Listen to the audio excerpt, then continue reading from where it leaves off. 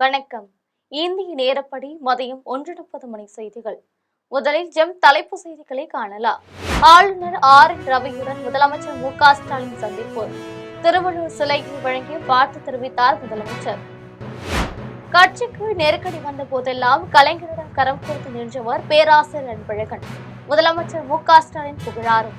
சென்னையில் வருகின்ற 13ஆம் தேதி திமுக அரசை கண்டித்து அதிமுக சார்பில் மாபெரும் கண்டன ஆர்ப்பாட்டம். எடப்பாடி பழனிசாமி அறிவிப்பு. செங்கல்பட்டு நீதிமன்றத்தில் தாவிக தலைவர் விஜயின் மனைவி சங்கீதா புதிய மனு தாக்கல். விவகாரத்து வழக்கில் விஜயின் தரப்பினர் என்னை மிரட்டுவதாக குற்றச்சாட்டு. போரை உடனடியாக நிறுத்துமாறு பலமுறை வலியுறுத்தியும் ஐநா பாதுகாப்பு கவுன்சில் மௌனம் காத்துள்ளது. ஈரான் பிரதிநிதி அமீர் சையத் ராவானி குற்றச்சாட்டு. இனி விரிவான செய்திகளை காணலாம். கட்சிக்கு நெருக்கடி வந்த போதெல்லாம் கலைஞருடன் கரம் கோர்த்து நின்றவர் பேராசிரியர் அன்பழகன் என முதலமைச்சர் ஸ்டாலின் புகழாரம் சூடினார். சென்னை அண்ணா அறிவாலயத்தில் திமுக முன்னாள் பொதுச் செயலாளர் பேராசிரியர் அன்பழகனின் 6ஆம் ஆண்டு நினைவு தினத்தை ஒட்டி அவரது உருவப்படத்திற்கு முதலமைச்சர் ஸ்டாலின் மலர் தூவி மரியாதை செலுத்தினார். இதன் பின்னர் அமைச்சர் வேலு, MRK பன்னீர்செல்வம், TR பாலு உள்ளிட்ட பலர் மலர் தூவி மரியாதை செலுத்தினர். இது தொடர்பாக முதலமைச்சர் ஸ்டாலின் தனது சமூக வலைதள பதிவில் கட்சிக்கு நெருக்கடி வந்த போதெல்லாம் கலைஞருடன் கரம் கோர்த்து நின்றவர் பேராசிரியர் என்று புகழாரம் சூடினார். கலைஞரின் மறைவுக்கு பிறகு தனக்கு வழிகாட்டியாய் இருந்தவர் என்றும் குறிப்பிட்டார். நட்புக்கும் கொள்கை பற்றுக்கும் இலக்கணமாக திகழ்ந்த பேராசிரியர் நினைவு நாளில் ஆட்சியை மீண்டும் அமைக்க உறுதியேற்போம் என்று கூறினார். ஆளுநர் ரவி மேற்குவங்க ஆளுநராக நியமிக்கப்பட்டுள்ள நிலையில் முதலமைச்சர் ஸ்டாலின் அவரை சந்தித்து வாழ்த்து தெரிவித்துள்ளார். சென்னை கிண்டியில் உள்ள மக்கள் மாளிகையில் ஆளுநர் ரவியை முதலமைச்சர் ஸ்டாலின் சந்தித்தார். அப்பொழுது அவருக்கு முதலமைச்சர் ஸ்டாலின் சால்வை அணிவித்து திருவள்ளுவர் சிலையை வழங்கி வாழ்த்து தெரிவித்து உரையாடினார். தொடர்ந்து முதலமைச்சர் ஸ்டாலின் ஹைகோர்ட் தலைமை நீதிபதியாக பதவியேற்ற நீதிபதி சுஷ்ருத் அரவிந்த் தர்மாதிகாரியையும் சந்தித்து வாழ்த்து தெரிவித்தார். சென்னையில் வருகின்ற 13ஆம் தேதி திமுக அரசை கண்டித்து அதிமுக சார்பில் மாபெரும் கண்டன ஆர்ப்பாட்டம் என எடப்பாடி பழனிசாமி அறிவித்துள்ளார். அதிமுக பொதுச் செயலாளர் எடப்பாடி பழனிசாமி தனது சமூக வலைதளத்தில் அறிக்கை ஒன்று வெளியிட்டார். இதில் நிர்வாக திறனற்ற விடியாதிமுக அரசு தமிழ்நாடு அரசு போக்குவரத்து கழகங்களில் பணியாற்றி வரும் தொழிலாளர்களுக்கான ஊதிய உயர்வு ஒப்பந்த பண பலன்கள், விடுப்பு ஒப்படைப்பு உள்ளிட்ட நியாயமான கோரிக்கைகளை நிறைவேற்றி தராமல் காலம் தாழ்த்தி வரும் திமுக அரசை கண்டித்தும் தொழிலாளர்களின் கோரிக்கைகளை உடனடியாக நிறைவேற்றிட வலியுறுத்தியும் அதிமுக சார்பில் வருகின்ற 13ஆம் தேதி சென்னை பல்லவன் இல்லம் முன்பு மாபெரும் கண்டன ஆர்ப்பாட்டம் நடைபெறும் என தெரிவித்தார். இந்த கண்டன ஆர்ப்பாட்டம் முன்னாள் அமைச்சர் ஜெயக்குமார் தலைமையிலும் கழக அண்ணா தொழிற்சங்க கோவை செயலாளர் கமலக்கண்ணன், தலைவர் ராசு, பொருளாளர் அப்துல் அமீது ஆகியோர் முன்னிலையிலும் நடைபெறும் என கூறினார். இதையடுத்து அண்ணா தொழிற்சங்க பேரவையின் சார்பில் நடைபெறவுள்ள கண்டன ஆர்ப்பாட்டத்தில் அண்ணா தொழிற்சங்க பேரவையின் மாநில நிர்வாகிகள், தமிழ்நாடு முழுவதும் உள்ள போக்குவரத்து கழக அண்ணா தொழிற்சங்கங்களை சேர்ந்த நிர்வாகிகளும் தொழிலாளர்களும் பொதுமக்களும் கலந்து கொள்ளுமாறு அன்போடு கேட்டுக் கொள்கிறேன் என்றார். விவாகரத்து வழக்கில் விஜயின் தரப்பினர் என்னை மிரட்டுவதாக சங்கீதா குற்றம் சாட்டியுள்ளார். செங்கல்பட்டு மாவட்ட நீதிமன்றத்தில் தமிழக வெற்றிக் கழகத்தின் தலைவர் விஜயின் மனைவி சங்கீதா புதிய மனு ஒன்றை தாக்கல் செய்துள்ளார். இந்த மனுவில் விவாகரத்து வழக்கு தொடர்ந்த நிலையில் தான் வீடின்றி இருப்பதாகவும் விவாகரத்து முடியும் வரை என்னை சென்னை நீலங்கரை வீட்டிற்குள் அனுமதிக்க வேண்டும் என்று தெரிவித்தார். மேலும் சென்னை நீலங்கரை வீட்டில் எனக்கு சரிபாதி உரிமை உண்டு என்று கூறினார். இதையடுத்து திரைப்படங்களில் நடித்து கோடி கோடியாக சம்பாதிக்கும் விஜய் எனக்கு எனது 2 குழந்தைகளுக்கும் தர வேண்டியதை நியாயமாக வழங்க வேண்டும் என்று தெரிவித்தார். பின்னர் விவாகரத்து வழக்கில் விஜயின் தரப்பினர் என்னை மிரட்டுவதாக குற்றம் சாட்டினார். போரை உடனடியாக நிறுத்துமாறு பலமுறை வலியுறுத்தியும் ஐநா பாதுகாப்பு கவுன்சில் மௌனம் காத்து வருகிறது என ஐநா சபைக்கான ஈரானின் நிரந்தர பிரதிநிதி அமீர் சயித் ராவானி குற்றம் சாட்டியுள்ளார். அமெரிக்கா மற்றும் இஸ்ரேல் கூட்டு தாக்குதலில் ஈரான் மீது தாக்குதல் நடத்தி வருகிறது. இதில் 1000க்கும் மேற்பட்டோர் உயிர் மாய்க்கம் செய்யப்பட்டனர். இப்போரை நிறுத்தும் விவகாரத்தில் ஐநா பாதுகாப்பு கவுன்சில் மௌனம் காப்பதாக ஈரான் அதிருப்தி தெரிவித்துள்ளது. இது தொடர்பாக ஐநா சபைக்கான ஈரானின் நிரந்தர பிரதிநிதி அமீர் சையத் ராவானி பேசிய பொழுது அமெரிக்காவும் இஸ்ரேலும் வேண்டுமென்றே பொதுமக்கள் மற்றும் குடியிருப்புகளை இலக்காக வைத்து கண்மூடித்தனமாக தாக்குகின்றனர் என்று குற்றம் சாட்டினார். அதிகபட்ச அழிவையும் துயரத்தையும் ஏற்படுத்துவதே அவர்களின் நோக்கமாக உள்ளது என்றும் ராணுவ தளங்களை மட்டுமே குறிவைத்து தாக்குவதாக அவர்கள் கூறுவது முற்றிலும் பொய் என்று தெரிவித்தார். இந்த போரை உடனடியாக நிறுத்துமாறு பலமுறை வலியுறுத்திய போதும் ஐநா பாதுகாப்பு கவுன்சில் மௌனம் காத்து வருகிறது என்று குற்றம் சாட்டினார். இதைத் தொடர்ந்து பெண்கள் மற்றும் குழந்தைகள் உட்பட 1322 பேர் உயிர் மாய்க்கம் செய்யப்பட்டு உள்ளனர் என்று விமான நிலையங்கள், பள்ளிகள், மருத்துவமனைகள் உள்ளிட்ட உள்கட்டமைப்புகள் அழிக்கப்பட்டு உள்ளனர் என்றார். நாகர்கோவில் மாவட்ட ஆட்சியர் அலுவலகத்தில் 7601 பயனாளிகளுக்கு நலத்திட்ட உதவிகளை துணை முதலமைச்சர் உதயநிதி வழங்கினார். கன்னியாகுமரி மாவட்டம் நாகர்கோவில் மாவட்ட ஆட்சியர் அலுவலகத்தில் 7601 பயனாளிகளுக்கு 91 கோடியே 26 லட்சம் ரூபாய் மதிப்பிலான நலத்திட்ட உதவிகளை துணை முதலமைச்சர் உதயநிதி வழங்கினார். தொடர்ந்து 131 புதிய பணிகளுக்கு அடிக்கல் நாட்டி பணிகளை தொடங்கி வைத்தார். இதன் பின்னர் கூட்டத்தில் அவர் பேசிய பொழுது, கடந்த வாரம் தமிழக முதலமைச்சர் கன்னியாகுமரி மாவட்டத்திற்கு வருகை தந்து எந்த மாவட்டத்திற்கும் இல்லாத அளவிற்கு 3,15,000 பேருக்கு நலத்திட்ட உதவிகள் வழங்கியுள்ளதாக தெரிவித்தார். கடனுதவி கடனாக பார்க்கவில்லை என்றும் உங்கள் மீது இந்த அரசு வைத்துள்ள நம்பிக்கையாக பார்க்கப்படுகிறது என்றும் தெரிவித்தார்.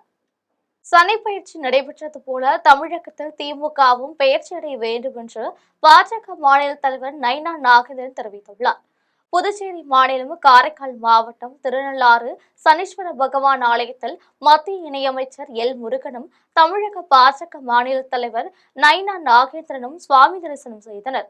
அப்பொழுது மத்திய இணையமைச்சர் எல் முருகனுக்கு கோவில் நிர்வாகம் சார்பில் சிறப்பு வரவேற்பு அளிக்கப்பட்டது. தொடர்ந்து நைனா நாகேந்திரன் செய்தியாளர்களை சந்தித்து பேசினார். அப்பொழுது பேசியவர், தமிழகத்தில் திமுக ஆட்சியில் சட்ட ஒழுங்கு சரியில்லை என்றும் தமிழக முதல்வரால் இதுவரை ஒரு டிஜிபியை கூட நியமனம் செய்ய முடியாத சூழல் உள்ளது என்றும் தெரிவித்தார்.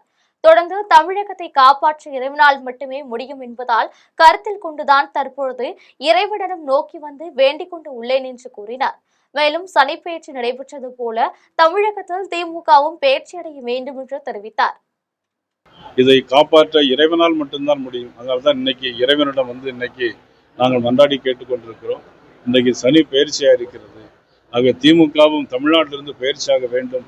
இது ஒரு இந்து மதத்திற்கு, சனாதன தர்மத்திற்கு எதிரான ஒரு ஆட்சி. இந்த ஆட்சி நிச்சயமாக விலக்கப்பட வேண்டும் என்பதுதான் எங்களுடைய வேண்டுகோள். சொத்து வரி உயர்வு 300%, மின் கட்டணம் 300% உயர்வு. கடலூர் மாவட்டம் வெண்ணாடத்தில் பிரளய காளேஸ்வரர் கோவில் விநாயகர் தேரன் வெள்ளோட்டம் அமைச்சர் கணேசன் தலைமையில் நடைபெற்றது.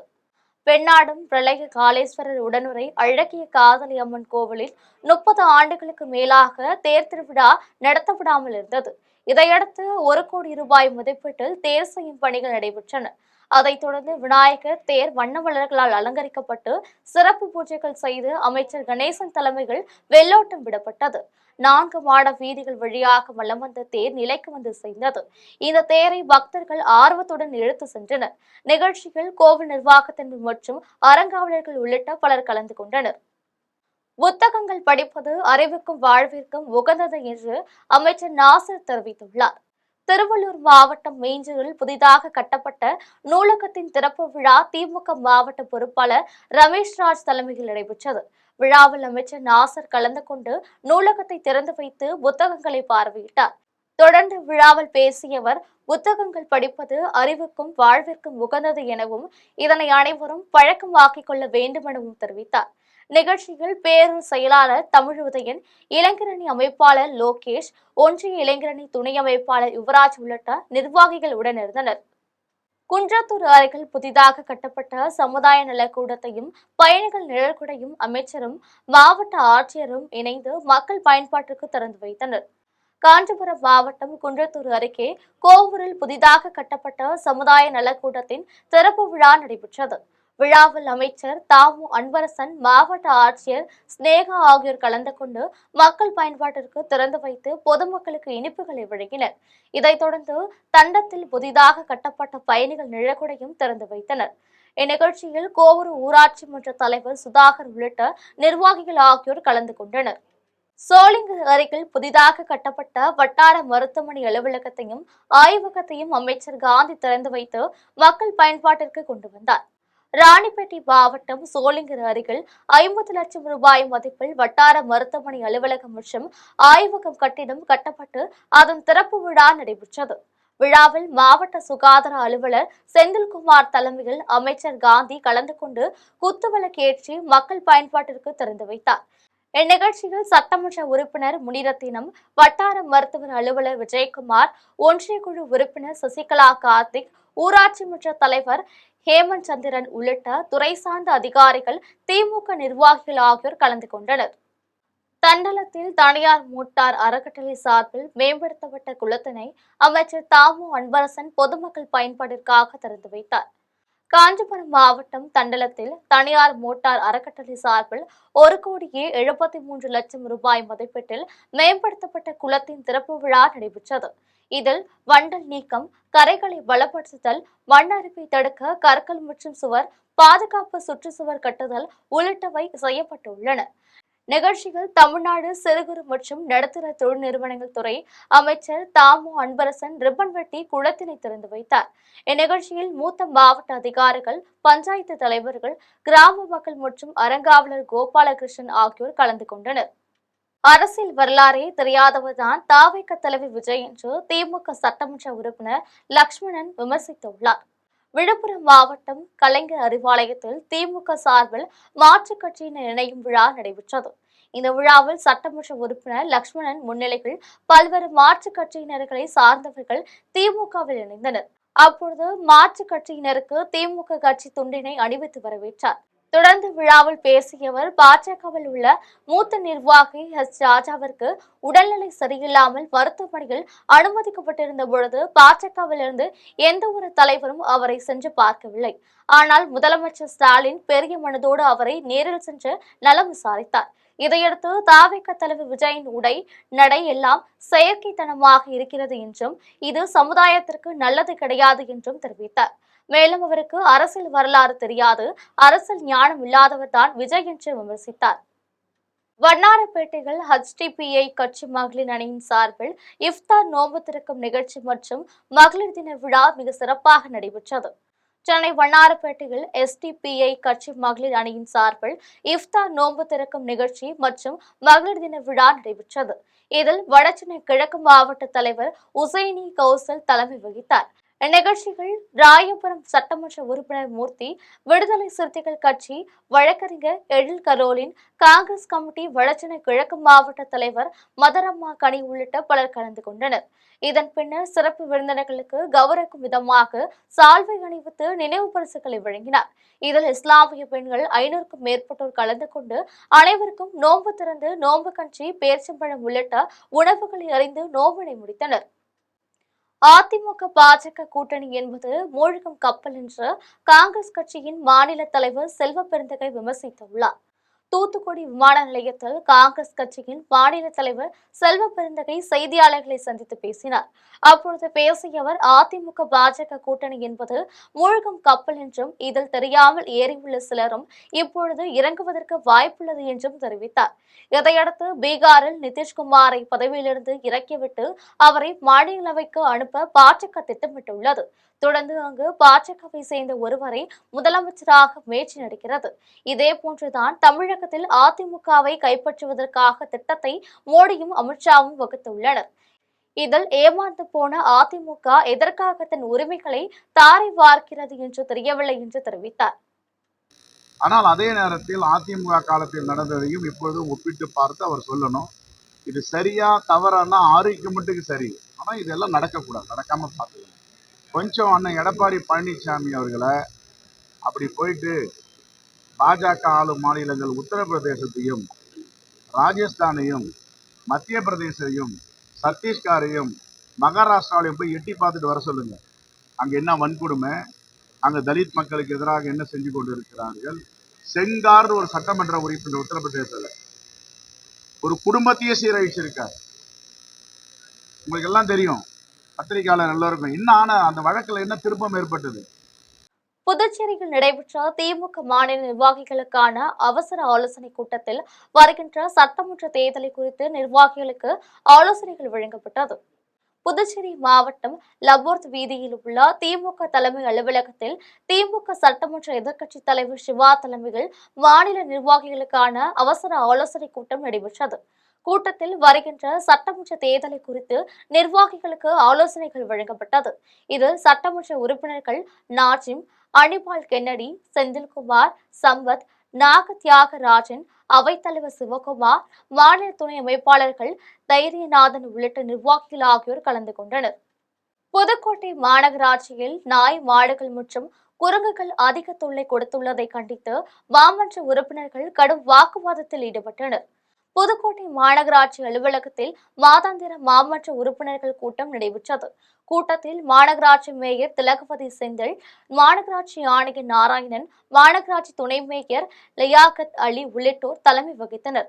அப்பொழுது புதுக்கோட்டை மாநகராட்சியில் நாய், மாடுகள் மற்றும் குரங்குகள் அதிக தொல்லை கொடுத்துள்ளதால் இதனை பிடிப்பதற்கு மாநகராட்சி சார்பில் துரித நடவடிக்கை எடுக்க வேண்டும் என கூறி மாமன்ற உறுப்பினர்கள் கடும் வாக்குவாதத்தில் ஈடுபட்டனர்.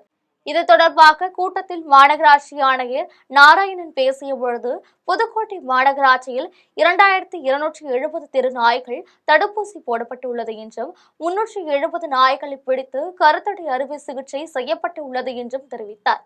இனப்பெருக்கத்தை தடுப்பதற்கு மாநகராட்சி சார்பில் பல்வேறு நடவடிக்கைகள் மேற்கொள்ளப்பட்டுள்ளது என்றும் கூறினார். இதையடுத்து உலக மகளிர் தினத்தை முன்னிட்டு வாழ்த்து தெரிவிக்கும் விதத்தில் மாநகராட்சி துணை மேயர் லியாகத் அலி திமுக சார்பில் மகளிருக்கு வாழ்த்துக்களை தெரிவித்தார்.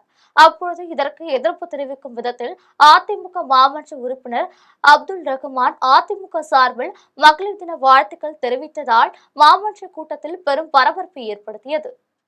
மயிலாடுதுறையில் நெல் கொள்முதல் நிலையங்களில் நெல் மூட்டைகளை ஒரே நாளில் இறக்கி தங்களின் வாழ்வாதாரத்தை பாதுகாக்க வேண்டும் என்று மாவட்ட லாரி உரிமையாளர் சங்கத்தினர் வலியுறுத்தியுள்ளனர்.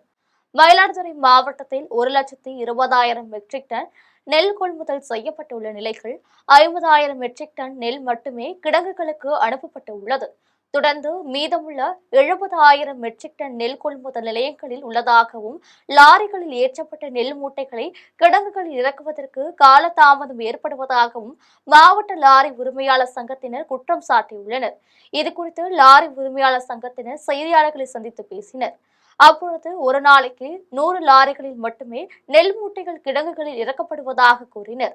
இதனால் 5 நாட்களாக நெல் மூட்டைகள் இறக்கப்படாமல் லாரிகள் காத்திருக்கும் அவலநிலை ஏற்பட்டுள்ளதாக தெரிவித்தனர். எனவே உடனடியாக மூட்டைகளை ஒரே நாளில் இறக்கி தங்களின் வாழ்வாதாரத்தை பாதுகாக்க வேண்டும் என்று வலியுறுத்தினர். அமெரிக்கா, இஸ்ரேல் நாடுகள் ஈரான் மீது தாக்குதல் நடத்தியதை கண்டித்து திருவண்ணைநல்லூர் அடுத்து எடையபாளையத்தில் தமுமுக மாவட்ட தலைவர் பசில் முகமது தலைமையில் ஆர்ப்பாட்டம் நடைபெற்றது. விழுப்புரம் மாவட்டம் திருவண்ணைநல்லூர் அடுத்து எடையபாளையத்தில் தமிழ்நாடு முஸ்லிம் முன்னேற்ற கழகத்தின் கள்ளக்குறிச்சி மாவட்ட தலைவர் பசில் முகமது தலைமையில் ஆர்ப்பாட்டம் நடைபெற்றது. இதில் கட்சி நிர்வாகிகளும் பெண்களும் கலந்து கொண்டு ஈரான் மீது தாக்குதல் நடத்திய அமெரிக்க, இஸ்ரேல் நாடுகளை கண்டித்து முழக்கமிட்டனர். விழுப்புரத்தில் பட்டப்பகலில் நகை வியாபாரியிடம் கத்தியை காட்டி மிரட்டி தங்க நகையை வழிப்பறி செய்த வழக்கில் 4 பேரை காவல்துறையினர் கைது செய்து தங்க நகைகளை பறிமுதல் செய்தனர். விழுப்புரம் மாவட்டம் விராட்டிக்குப்பத்தை சேர்ந்த நகை தொழில் செய்யும் கொல்ல ராஜமாணிக்கம் என்பவர் சென்னையிலிருந்து தங்க கட்டிகளை வாங்கி வந்து நகையாக செய்து 2 கிலோ அளவிலான தங்க நகைகளை பேங்கில் எடுத்துக்கொண்டு ரயில் மூலமாக சென்னை செல்ல வந்துள்ளார். அப்பொழுது 5 பேர் முகமூடி அணிந்து கொண்டு நகை தொழிலாளியிடம் கத்தியை காட்டி மிரட்டி தங்க நகைகளை பறித்து சென்றனர். இதுகுறித்து ராஜமாணிக்கம் நகர காவல் நிலையத்தில் புகார் அளித்தார். புகார் அடிப்படையில் காவலர்கள் 8 தனிப்படைகள் அமைத்து விசாரணை செய்தனர். இதில் புதுச்சேரியை சேர்ந்த 5 பேர் கொண்ட கும்பல் நகையை கொள்ளையடித்து சென்றது தெரியவந்தது. இதையடுத்து புதுச்சேரியை சேர்ந்த ஆனந்தன், கந்தசுவாமி, சுப்பிரமணி, சுரேந்தர் ஆகிய 4 பேரை கைது செய்து 4 கிலோ தங்க நகையையும் 3 லட்சம் ரூபாய் பணத்தையும் 2 சக்கர வாகனத்தையும் பறிமுதல் செய்தனர். மேலும் இந்த கொள்ளை வழக்கில் முக்கிய குற்றவாளி தலைமறைவாகி உள்ளதால் அந்த நபரை காவல்துறையினர் தேடி வருகின்றனர். ஆலங்குடி அருகே 2 சக்கர வாகனத்திலிருந்து தவறி விழுந்த பள்ளி மாணவன் உயிரிழந்த சம்பவம் அப்பகுதியில் பெரும் சோகத்தை ஏற்படுத்தியுள்ளது. புதுக்கோட்டை மாவட்டம் ஆலங்குடி அருகில் உள்ள பள்ளத்தி விடுதியை சேர்ந்த லோகேஷ் தனியார் பள்ளியில் 7ஆம் வகுப்பு படித்து வருகிறார். இந்நிலையில் இவர் பள்ளிக்கு செல்லும் வாகனத்தை தவறியதால் அவரது அண்ணனுடன் இருசக்கர வாகனத்தில் சென்றபொழுது பள்ளத்தை விடுதி அருகே நிலை தடுமாறி இருவரும் கீழே விழுந்துள்ளனர். இதில் படுகாயமடைந்த லோகேஷை அக்கம் பக்கத்தினர் மீட்டு ஆலங்குடி அரசு மருத்துவமனைக்கு சிகிச்சைக்காக அனுப்பி வைத்தனர். தொடர்ந்து மேல் சிகிச்சைக்காக புதுக்கோட்டை அரசு மருத்துவமனைக்கு கொண்டு செல்லும் பொழுது பள்ளி மாணவன் வழியிலே உயிரிழந்துள்ளார்.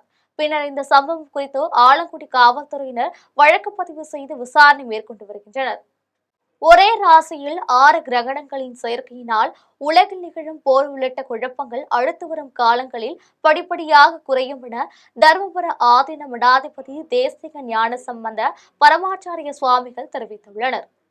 திருநள்ளாறு சனி பகவான் ஆலயத்தில் சனிப்பெயர்ச்சி விழா நடைபெற்றது. தொடர்ந்து தர்மபுர ஆதீனம் சார்பில் திருநள்ளாறு உள்ளிட்ட பல்வேறு பகுதிகளில் கல்விக்கூடங்கள், இலவச மருத்துவமனை, வேத பாடசாலை உள்ளிட்ட பல்வேறு திட்டங்களுக்கான பூமி பூஜை திருநள்ளாறு தர்மபுர ஆதீன கட்டளை மடம் வளாகத்தில் நடைபெற்றது. இதில் பூமி பூஜை நிகழ்ச்சியில் தர்மபுர ஆதீன கட்டளை மடத்தில் தர்மபுர ஆதீன மடாதிபதி ஸ்ரீ மாசிலாமணி தேசிங்க ஞான சம்பந்த பரமாச்சாரிய சுவாமிகள் கலந்து கொண்டு பணிகளை தொடங்கி வைத்தனர்.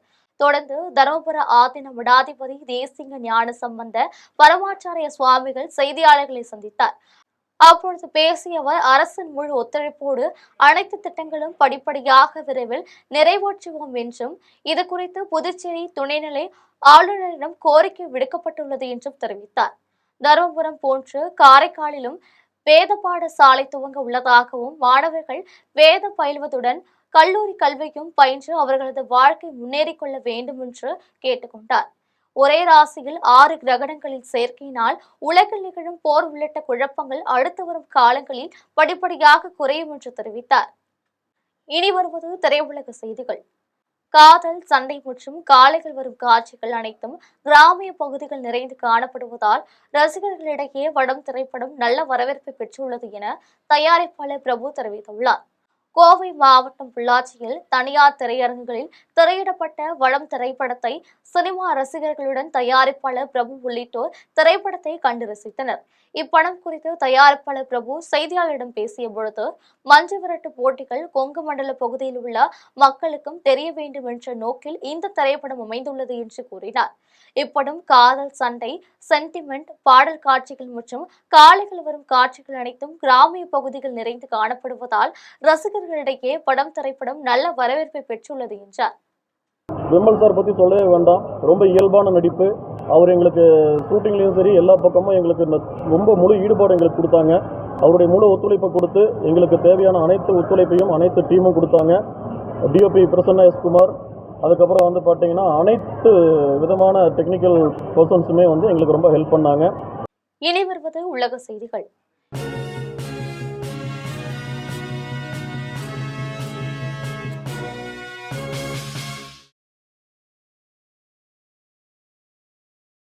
ஈரானில் திடீரென ஏற்பட்ட நிலநடுக்கத்தினால் மக்களிடையே பெரும் பரபரப்பை ஏற்படுத்தியுள்ளது. ஈரானில் உள்ள பந்தர் அப்பாஸ் நகரில் பூமிக்கு அடியில் 10 கிலோமீட்டர் ஆழத்தில் நிலநடுக்கம் ஏற்பட்டது. இந்த நிலநடுக்கம் ரிக்டர் அளவில் 4.1 பதிவாகியுள்ளது என்று அமெரிக்க புவியியல் ஆய்வு மையம் தெரிவித்தது.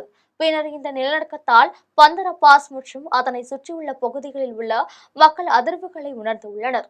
மேலும் இந்த அதிர்வு உலகளாவிய கப்பல் போக்குவரத்திற்கு மிக முக்கியமான ஹார்முஸ் ஜலசந்தியின் அருகேயும் உணரப்பட்டது. இதில் பெரிய அளவிலான உயிர் சேதமோ அல்லது கட்டிட பாதிப்போ இதுவரை பதிவாகவில்லை என அந்நாட்டு அரசு தெரிவித்துள்ளது. இனி வருவது விளையாட்டு செய்திகள்.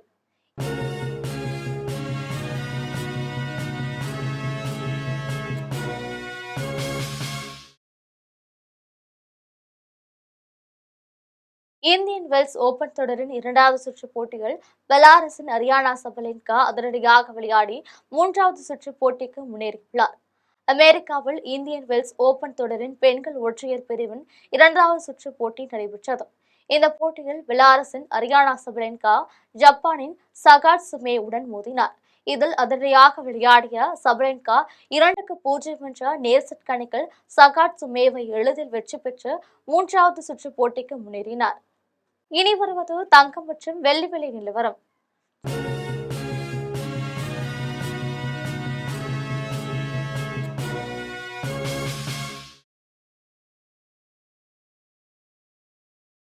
சென்னையில் ஆபண தங்கம் இன்று ஒரு சவரன் 1,20,400 ரூபாய்க்கு விற்பனை செய்யப்படுகிறது.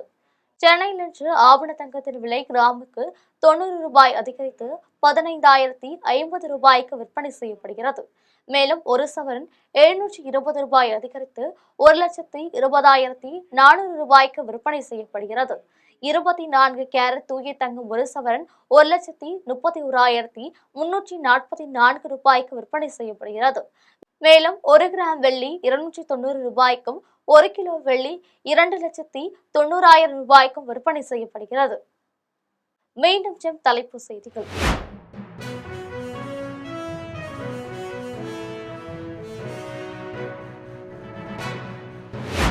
கட்சிக்கு நெருக்கடி வந்த போதெல்லாம் கலைஞரிடம் கரம் கோர்த்து நின்றவர் பேராசிரியர் அன்பழகன்.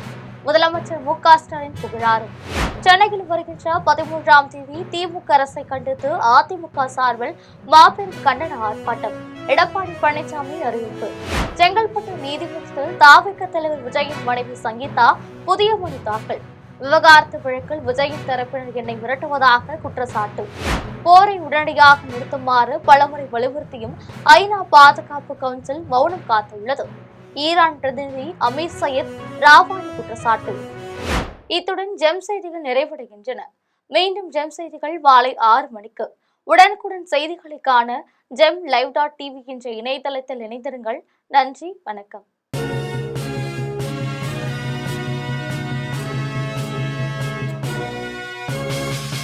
உடனுக்குடன் அப்டேட் தெரிந்து கொள்ள ஜெம் டிவி தமிழ் ஆப்பை இன்ஸ்டால் செய்யவும்.